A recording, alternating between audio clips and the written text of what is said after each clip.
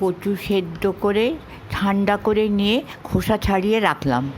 কড়াইয়ে তেল দিয়ে তেজপাতা, দারচিনি, ছোটো এলাচ, হিং দিলাম।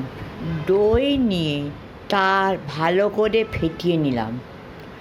তার উপরে হলুদ, লঙ্কা, ধনের গুঁড়ো, জিরের গুঁড়ো দিয়ে আবার ভালো করে ফেটিয়ে নিলাম। তেলের ওপরে যে ফোড়নটা দিয়েছিলাম তার ওপরে এটা ঢেলে দিলাম। ভালো করে নাড়াচাড়া করে তেল ছাড়িয়ে নিলাম।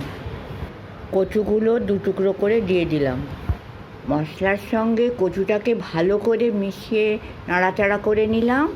নুন মিষ্টি দিয়েও ভালো করে নাড়াচাড়া করে নিলাম। তারপরে জল দিলাম। জলটা শুকিয়ে এলে কচুর সঙ্গে মশলা গা মাখা মাখা হলে আঁচটা বন্ধ করে দিলাম।